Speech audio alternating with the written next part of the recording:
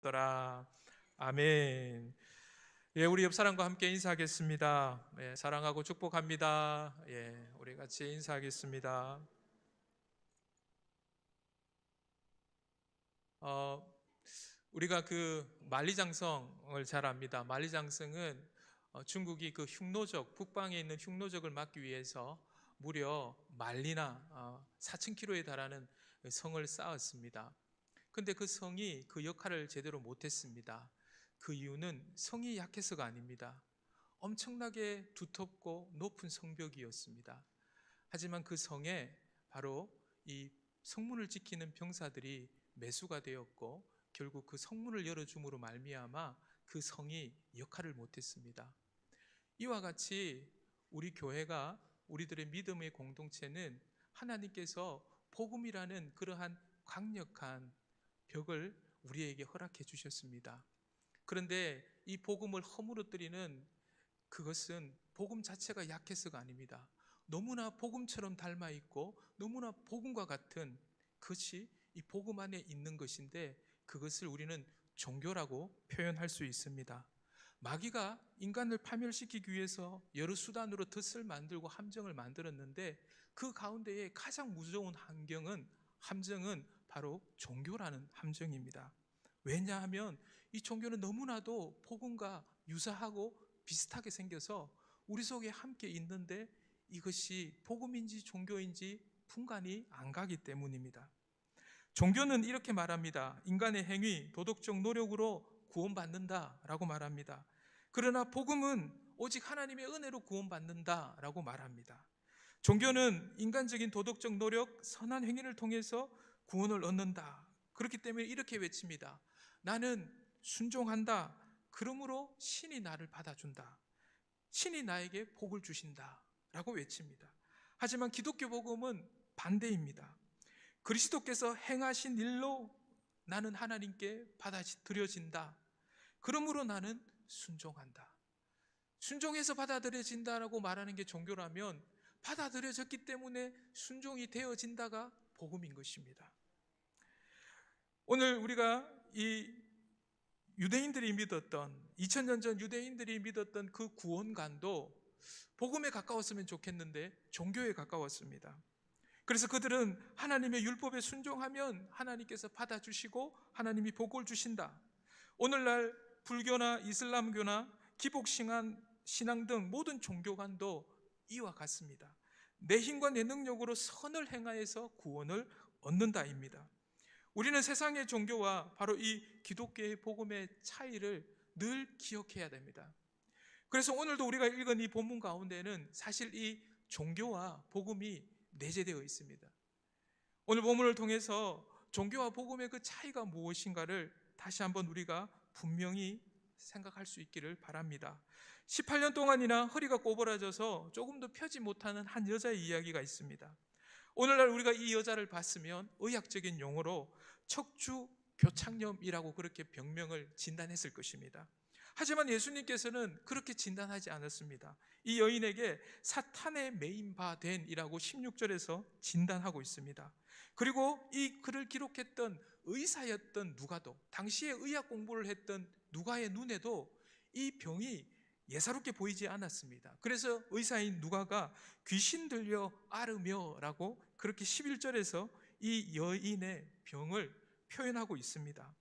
이에 반하여서 오늘 이 유대의 회당의 회당장은 이 여인이 고침을 받았었을 때에 뭐라고 표현하느냐 하면 고치다, 테라피오라는 헬라어로서 말 그대로 병을 고치다라는 그러한 표현으로 이 여인이 나았다라는 것을 표현하고 있습니다.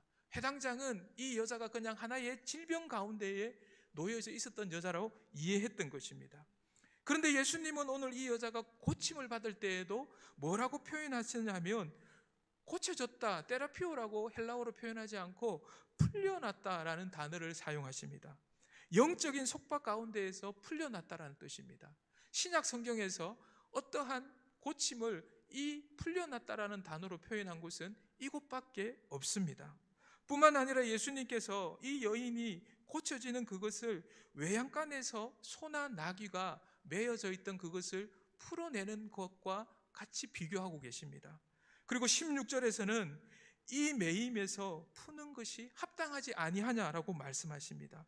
예수님은 이 한 장면 가운데에서 이 여인이 어떠한 질병에서 고침받는 그것을 말씀하시고자 하는 의도보다 바로 사탄에게 매여 있는 한 인간의 모습을 오늘 시청각 자료로서 이 여자의 모습을 통하여서 우리에게 말씀해 주시고자 하는 의도가 이 본문 가운데에 짙게 드리워져 있습니다.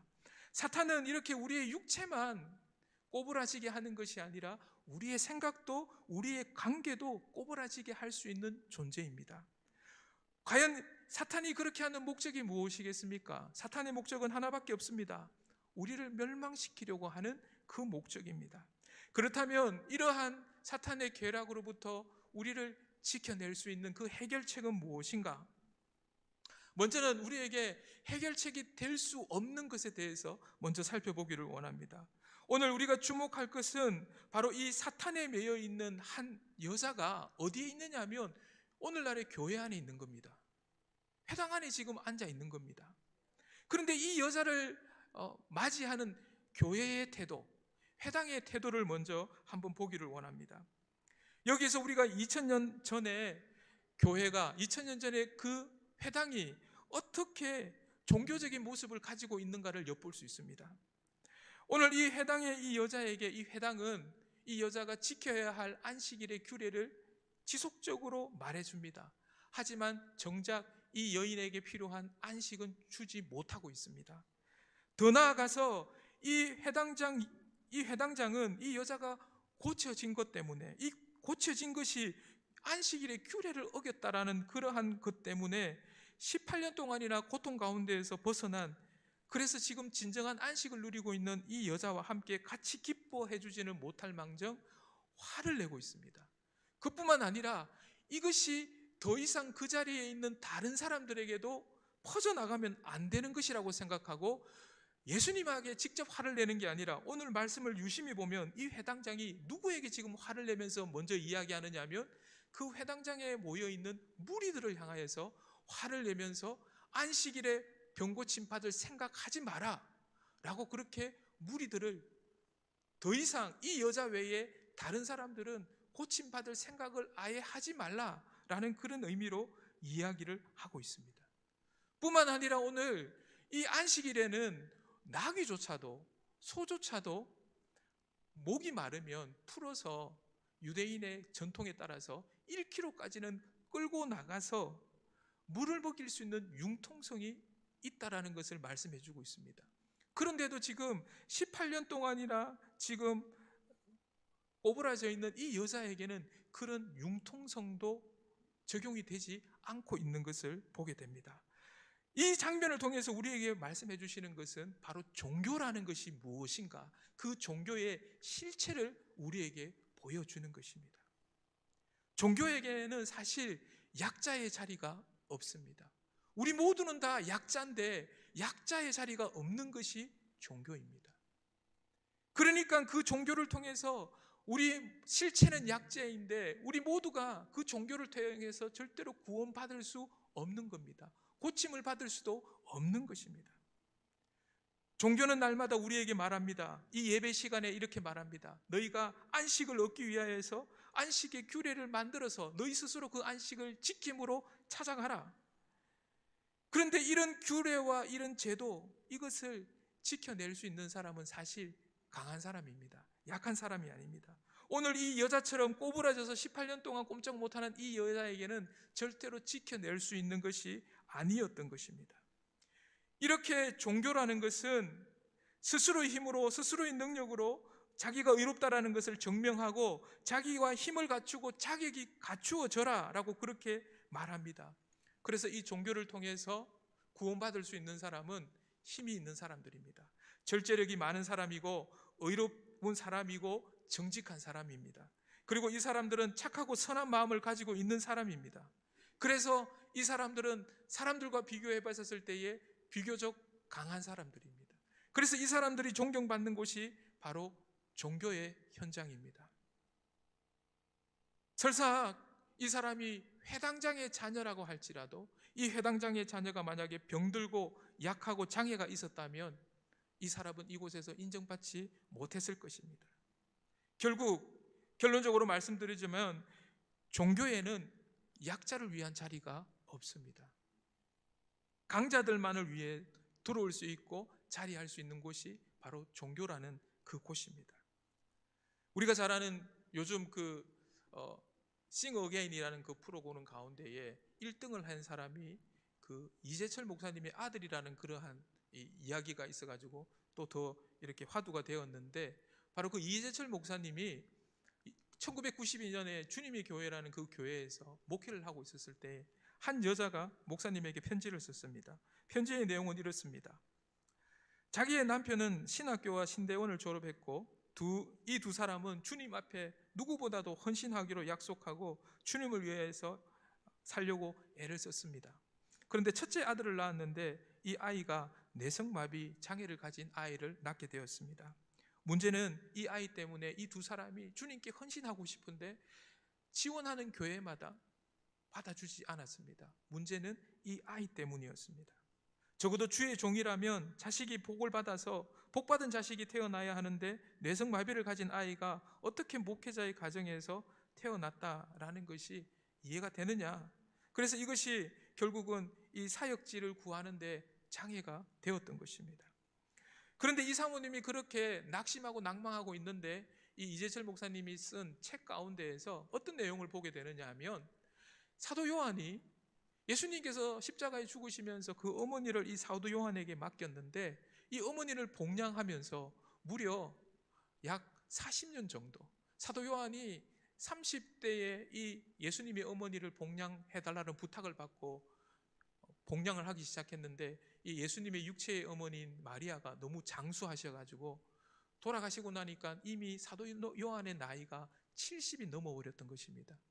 다른 사도들은 이런저런 복음사역 많은 열매들을 드러내면서 큰 일들을 하고 있는데 사도 요한은 사도로서 제대로 역할도 못하고 그렇게 한 여인을 봉양하는 이 일에 많은 시간들을 쏟았던 것입니다.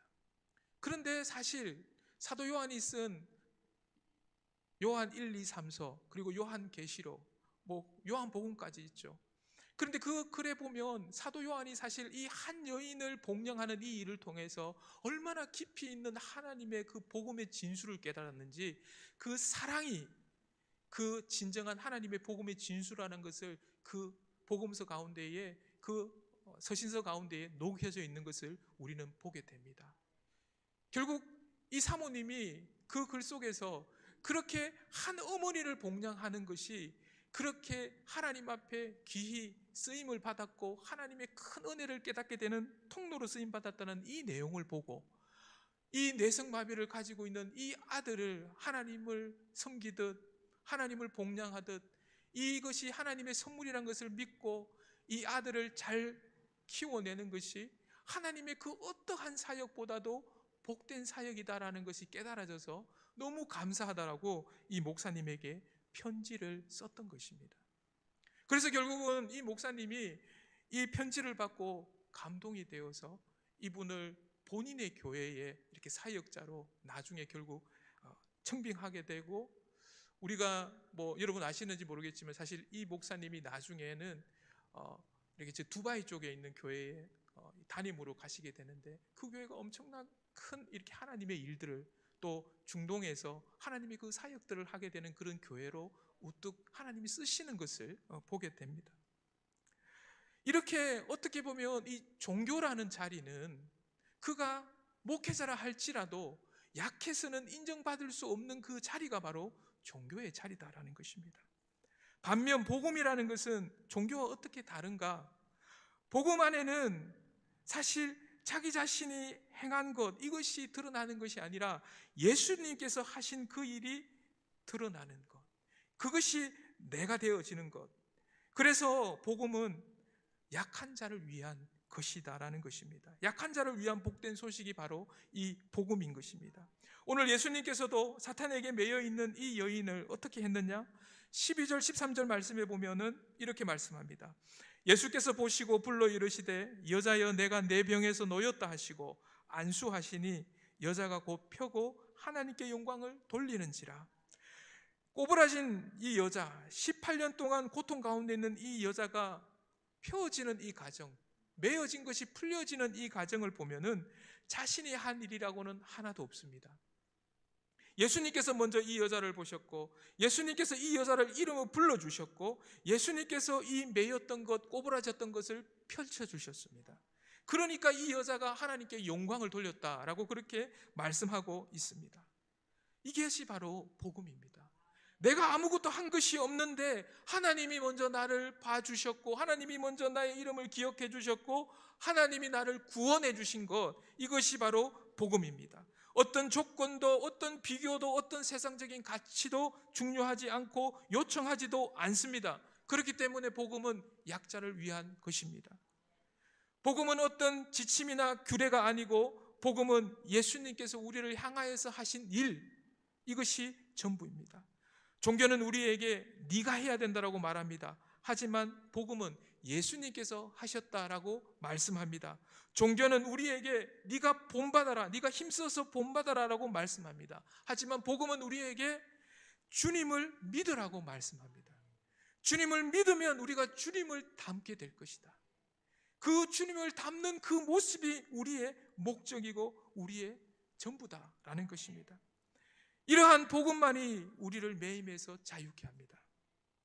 오늘 가정의 주일을 맞이하여서 우리 자녀들이 부모님에게 듣기 싫어하는 말, 그게 뭘까? 인터넷에 한번 검색해 봤습니다. 5가지 베스트가 있습니다. 첫 번째, 물론 이거는 한국의 문화적인 그러한 콘텐츠 안에서 이야기되어지는 내용일 수도 있습니다. 첫 번째, 공부해라. 두 번째, 누구는 잘하는데 반만 닮아라. 세 번째, 너는 왜 그렇게 생각이 없니? 너 나중에 뭐가 될래? 마지막으로, 너 누구 닮아서 그 모양이니? 라는 말입니다. 여러분, 이 말들의 공통점이 있습니다. 그 공통점이 뭔지 압니까? 이 말들의 모든 공통점은 아이가 있는 그대로 존재 자체를 귀중하게 생각하지 않습니다.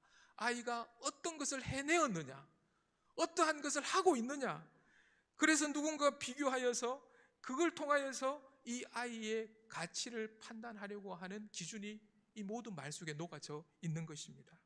결국 이러한 말들은 아이들이 누군가 비교되어지고 자기 자체의 존재 자체로서 인정받지 못하는, 그래서 아이들이 싫어하는 말들이 되었습니다.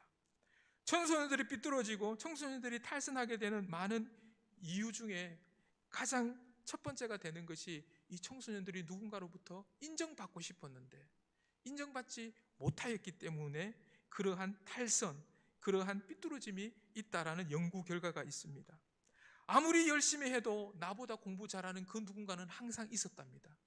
그렇기 때문에 공부해서 인정받으려고 아무리 열심히 자기는 최선을 다했지만 부모에게 인정받지 못하고 선생님에게 인정받지 못하는 이 아이들, 인정받고 싶어서, 심지어는 말썽을 부려서라도 인정받고 싶어서 그때부터 탈선의 길을 시작한다라는 것이죠. 그렇게 해서도 안 되면 나중에 자포자기하면서 결론적으로 맨 마지막에 선택하게 되는 것은 심지어 자기의 생명을 끊어서라도 인정받고 싶어하는 거예요. 여러분, 자살이라는 게 결국 그렇게 부모들에게 복수심으로 하게 되는 것이 자살의 자리까지 나가는 청소년들의 마음인데, 근데 그 청소년들의 마음이 오늘날에도 청소년 때에 죽게 되는 첫 번째 이유가 자살이다라는 것입니다.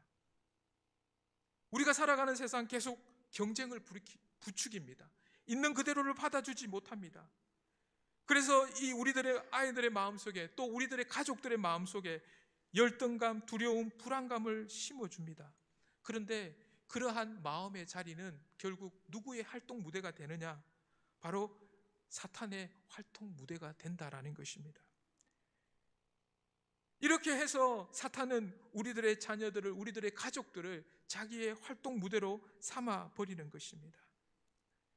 여러분, 종교라는 것은 어떤 면으로 결국 이와 같은 사탄의 노름을 더 강화시켜주는 편에 서 있습니다. 그렇기 때문에 사탄은 너무나도 비슷하지만 절대 같을 수 없는, 마치 복음처럼 보이지만 복음이 아닌 가짜 복음, 그 복음의 능력을 무력화시켜버리는, 마치 만리장성을 무력화시켜버렸던 것처럼 너무나 비슷한 우리 편인데 우리 편이 아닌 적의 편이 되어서 그 문을 열어줘 버리는, 마치 복음처럼 보이는데 복음이 아닌 이 종교가 결국 우리를 구원해내지 못할 뿐만 아니라 우리를 망하게 하는 사탄의 앞잡이가 되어지는 것이 바로 이 종교입니다. 근데 오늘 예수님께서는 이 여인을 뭐라고 부르시느냐 하면 오늘 16절 말씀에 보니까 아브라함의 딸이다 라고 이렇게 불러주십니다. 여러분, 사람들은 종교가 있는 그 자리는 사탄에게 매여 있는 이 여인, 이 사람 마치 사탄처럼 취급합니다. 그런 교회는, 종교가 지배하는 그 교회는 이런 여인이 가면 이 여인의 가치는 말 그대로 사탄 취급 당하는 겁니다. 그런데 오늘 예수님께서는 복음이 있는 이곳에서는 이 여자를 그냥 바라보시면서 뭐라고 불러주시느냐 하면 아브라함의 딸이다 라고 그렇게 불러주셨습니다. 여러분, 이 여인을 묶고 있었던, 이 여인에 묶여져 있었던 이 사탄의 매임으로부터 진정 풀어지게 한 것이 무엇일까요? 오늘 예수님께서 이곳 가운데에서 소리 지르면서 사탄아 물러가라 소리치지도 않으셨습니다. 예수님은 그냥 네가 사탄에게 노임을 받았다, 그렇게 잠잠히 그렇게 이 여인 가운데에 다가와 주셨습니다. 그런데 묶고 있던 이 사탄이 떠나가 버린 것입니다. 무엇이 이 여인의 이 사탄의 매임으로부터 풀어지게 하였는가? 그것은 바로 하나님의 무조건적인 사랑인 것입니다. 우리의 가족들, 우리의 자녀들, 우리가 자녀들에게 열심히 공부해라, 너를 위해서 그러는 거야 라고 그렇게 말을 하지만 왜 우리 가족들에게, 우리 자녀들에게 그와 같은 환경들로 그것을 강조하고 그렇게 이야기를 하는 것일까요? 근데 사실 엄밀히 따지고 보면 이미 나조차도 이 아들이 열심히 공부해서 좋은 학교를 가서 좋은 직장을 얻는 것, 이것이 우리를 살리는 길이야, 경쟁해서라도 이겨내야 돼, 이것이 너의 삶을 제대로 사는 길이야 라는 그 생각이 이미 우리의 생각 속에 구부러져 있는 그 생각이 우리를 지배하고 있지 않다라고 말할 수 없습니다. 인정하든 인정하지 않든 우리 가운데에 그와 같은 판단의 근거가 될 수 있다라는 것입니다. 우리가 지금 예수님을 믿는다라고 말하지만 우리 또한 오늘 이 해당에 앉아 있었던 사람처럼 오늘 이 자리에 앉아 있다고 하지만 우리가 종교인으로서 이 자리에 앉아 있다면 여전히 우리의 생각, 우리의 육체가 메인바 되지 말라는 법이 없다라는 것입니다. 그래서 우리가 여전히 세상의 가치에 매여져 있고 사람들의 안목에 매여져 있고 그것들로 가족들을 판단하고 아이들을 판단하고 그들의 미래를 판단하고 우리가 그 잣대로 우리의 가족들을 보고 있다면 우리가 이 매임에서 자유하다라고 말할 수 없는 것입니다. 오늘 이 사탄의 매여 꼬부라진 이 여자의 모습을 보면서 우리가 생각해야 되는 것이 있습니다. 이 여자의 모습이 나의 모습일 수 있다라는 것입니다. 어떻게 이 여자가 이 가운데에서 풀림을 받았습니까? 주님의 음성을 들었을 때입니다. 여자여 네가 나우임을 받았다 라는 그 음성을 들었을 때에 이 여자가 풀려졌습니다. 우리의 자녀들, 우리의 가족들, 심지어 나 자신조차도 어떻게 이 매임에서 풀려질 수 있습니까? 자유할 수 있습니까? 한 가지 방법밖에 없습니다. 날마다 주님의 그 음성을 들어야 합니다. 너는 존귀한 자체야. 너 자체가 존귀한 존재야. 너는 나의 사랑받는 아들이야, 딸이야. 그 주님의 음성을 우리는 날마다 들어야 합니다. 아무리 나의 모습이, 겉모습이 그렇게 추악하고 그렇게 모자람이 많아서 그렇게 하더라도 주님, 나의 중심을 바라보면서 하나님께서 나를 인정해 주시는 그 음성을 들어야만 한다라는 것입니다. 우리가 그 주님 품에 안겨져 있었을 때에 우리의 삶이 아무리 세상 가운데 그 누구도 알아주지 않는 그러한 삶이라도 그 무엇도 부러울 것이 없는 삶이 되어질 수 있습니다. 이러한 자유함이, 이러한 풀어짐이 나로부터 나올 때에 나와 함께 있는 자녀들, 나와 함께 있는 그 가족들, 그들을 향한 음성, 그들을 향한 눈빛이 오늘 예수님께서 그들을 바라봐 주셨고 예수님께서 그들을 향하여서 말씀해 주셨던 것처럼 무조건적인 그 사랑이 흘러나오는 그 자리, 그곳이야말로 진정 귀신이 풀어지는 진정한 안식이 있는 그러한 자리가 되어질 줄로 믿습니다. 오늘 하나님께서 이런 복음을 우리 가운데에 심어주셨다. 그러면서 18절 이후에 말씀을 하십니다. 왜 갑자기 예수님께서 이 사건 이후에 하나님 나라에 대한 이야기를 하시는데 오늘 이 18절 이후의 말씀이 앞의 말씀과 관계가 없지 않다라는 것입니다. 오늘 18절 말씀에 보면 그러므로 예수께서 이르시되 하나님의 나라가 무엇과 같을까? 하나님의 나라를 이야기하고 있습니다. 무슨 말씀입니까? 바로 하나님의 나라라는 것은 주님께 다스림을 받는 그 나라라는 것은 그 복음의 씨앗이 겨자씨와 같고 누룩과 같은 그것이 너무나 작은 그것이 우리 속에 뿌려진 것과 같다라는 말씀입니다. 그런데 이 복음이 뿌려진 이 자리 가운데에서 이 겨자씨가 자라나서 오늘 이 18년 동안 꼬꾸라져 있던 이 여자가 안식을 얻었던 것처럼 날아가는 새들이 쉼을 얻을 수 있고 안식을 얻을 수 있는 그러한 나무가 되어지기를 하나님께서는 원하신다라는 것입니다. 그런데 문제는 왜 우리 안에 우리가 복음으로 구원받았다라고 말하는데 내가 예수 그리스도 때문에 구원받았습니다라고 그렇게 말하는데 내 안에 이 복음의 씨앗이 자라지 못하는 것일까요?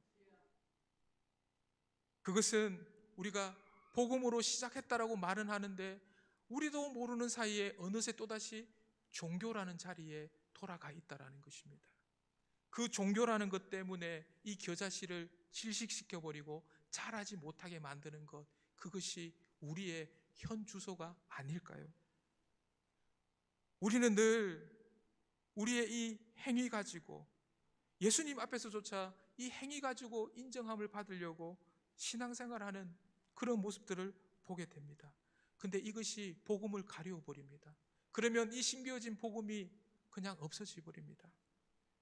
그렇기 때문에 우리가 이 심겨진 복음이 자라기 위해서는 날마다 우리는 또다시 복음으로 돌아가야 합니다. 하나님의 말씀으로 돌아가야 합니다.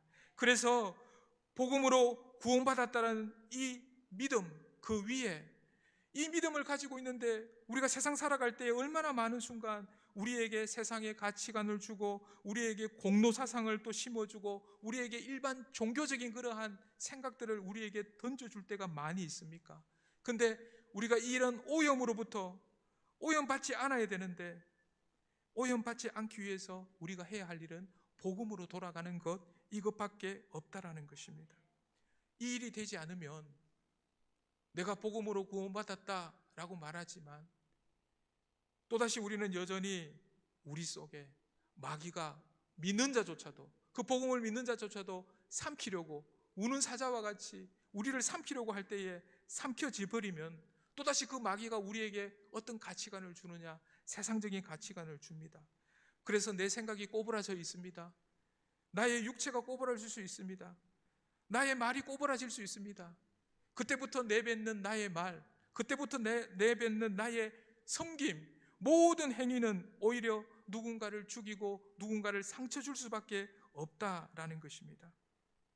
그래서 사실 가정에서도 교회 안에서도 많은 사람들이 위로받기 원하는데 위로받지 못하고 상처받고 고통받게 되는 것, 그것이 바로 오늘 말씀 속에서 나오는 것처럼 오늘 이 회당과 같은 그러한 존재가 되어져 버렸기 때문일 것입니다. 우리 오늘 이 시간 이 하나님의 말씀 앞에서 우리가 다시 한 번 더 말씀으로 돌아가고 복음으로 돌아가는 우리가 되기를 원합니다. 여러분, 심령 가운데 심겨진 이 겨자씨가 나무와 같이 자랄 수 있도록 해줄 수 있는 것은 복음밖에 없습니다. 그래야 해서 우리의 가정과 교회와 또 우리가 살아가는 이 세상 가운데에 우리로 인하여서 쉼을 얻고 안식을 얻고 위로받을 수 있는 그러한 사람들이 많이 생겨날 뿐만 아니라 그들 가운데에 또한 이 복음의 씨앗이 심겨질 수 있기를 주님의 이름으로 축복합니다. 기도하겠습니다.